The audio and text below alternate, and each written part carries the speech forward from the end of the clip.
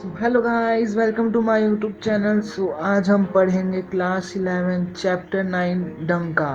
सारे सॉल्यूशन देखेंगे, एक भी क्वेश्चन हम छोड़ने नहीं वाले हैं। एंड आपने अगर अभी तक मेरे चैनल को सब्सक्राइब नहीं किया तो फटाफट से चैनल को सब्सक्राइब कर दीजिए।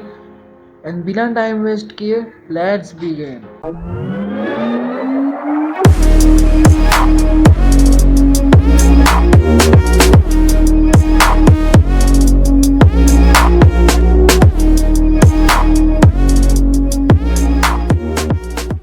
स्वाध्याय। निम्नलिखित दिए गए विकल्पों में से सही विकल्प चुनकर प्रश्नों के उत्तर लिखिए। कवि किस व्यवस्था की निर्दयताओं को खत्म करना चाहते हैं? जाति व्यवस्था। कवि तरह तरह के धंधे को कैसा बनाना चाहते हैं? उत्कृष्ट। कवि के विचार से ब्रह्मांड को कौन चलाता है? एक ईश्वर। हर इंसान को क्या मिलने से दुनिया मुक्त हो जाएगी? समानता। निम्नलिखित प्रश्नों के एक एक वाक्य में उत्तर दीजिए। कवि कौन सी बात बताना चाहते हैं? कवि अपने मन की वह बात बताना चाहते हैं जो सच और सारे शहर के हित में है। कवि किस व्यवस्था को खत्म करना चाहते हैं? कवि जाति व्यवस्था को खत्म करना चाहते हैं।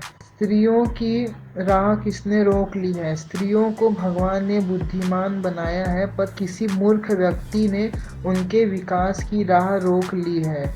ईश्वर के बारे में संघर्ष की गुंजाइश क्यों नहीं है? ईश्वर के बारे में संघर्ष की गुंजाइश नहीं है क्योंकि प्रत्येक व्यक्ति उसी ईश्वर की आराधना करता है जो सारी दुनिया का संचालन करता है। फिर आपस में लड़ने की क्या जरूरत है? निम्नलिखित प्रश्नों के दो दो वाक्यों में उत्तर दीजिए।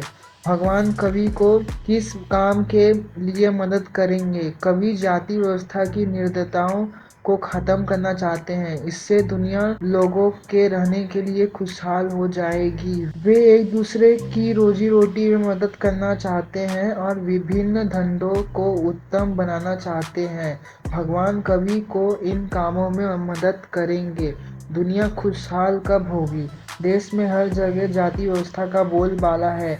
इस निर्दयता में लोग पीस रहे हैं। जाति व्यवस्था की निर्दयताएं समाप्त हो जाने पर दुनिया खुशहाल हो जाएगी। संसार के अज्ञान के अंधकार को औरतें कैसे भगा देंगी? औरतें बुद्धिमान होती हैं। यदि औरतों की बुद्धिमानी को बढ़ावा दिया जाए तो वे संसार से अज्ञान के अंधकार को भगा देगी। दुनिया इतनी बड़ी क्यों है? दुनिया बहुत बड़ी है।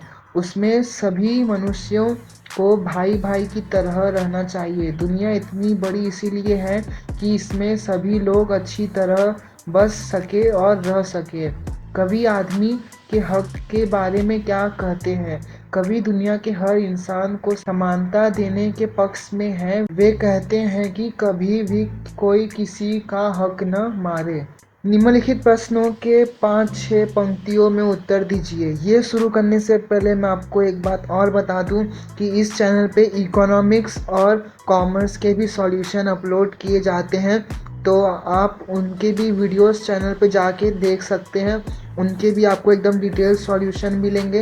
एंड साथ में हिंदी के और भी सारे चैप्टर्स के सॉल्यूशन अपलोड कर दिए गए हैं चैनल पे, सो आप वो भी जाके देख लीजिए। फर्स्ट, डंका काव्य के आधार पर कवि क्या सीख देना चाहते हैं? डंका काव्य में कवि सी भारती कहते हैं कि दुनिया के लोगों को खुशहाल बनाने के लिए जाति व्यवस्था रूपी निष्ठुरता को समाप्त किया जाए, स्त्रियों की बुद्धिमत्ता पर विश्वास किया जाए और उनके प्रति हो रहे अन्याय को दूर किया जाए, स्त्रियों को पुरुष के समान ही विकास का अवसर दिया जाए, सारी दुनिया में एक ही ईश्वर की सत्ता है, फिर धर्मों के नाम पर लड़ने की क्या ज़रूरत है, लोग जगह के लिए युद्ध न करें, कोई किसी का हक न मारे और सब समानता और स्वतंत्रता पूर्वक प्रेम भाव से रहे।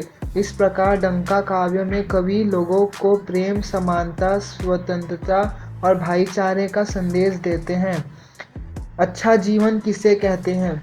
जिस समाज में जाति व्यवस्था के आधार पर लोगों से निर्दयता की भावना न रखते हो, जहां स्त्रियों के प्रति अन्याय न किया जाता हो और उन्हें भी विकास का पूरा अवसर दिया जाता हो, जहां धर्मों को लेकर आपसी संघर्ष न हो और लोग भाई भाई की तरह प्यार से रहते हो, जहाँ सबको भरपेट भोजन मिलता हो और शिक्षित लोग परिश्रम करके जीते हो, जहाँ सबको समानता का दर्जा मिला हो और सबको स्वतंत्रता से जीने का अधिकार हो, ऐसे देश और समाज के जीवन को अच्छा जीवन कहते हैं।